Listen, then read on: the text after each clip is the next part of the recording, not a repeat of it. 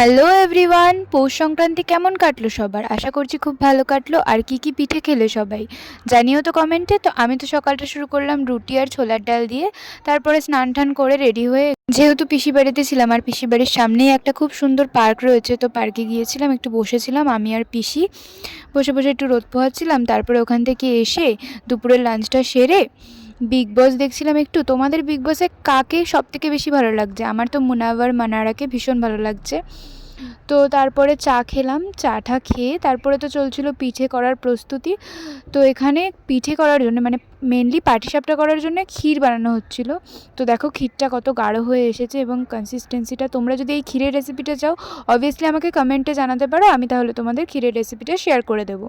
তো পিঠে পায়েস সমস্ত কিছু রেডি। পিসি অনেক পিঠে বানিয়েছিল, আমাদের বাড়ির জন্যও পাঠিয়ে দিয়েছিল। তো দিনটা তো এইভাবেই কাটালাম। তো চলো টাটা, লাইক অ্যান্ড সাবস্ক্রাইব করে দিও।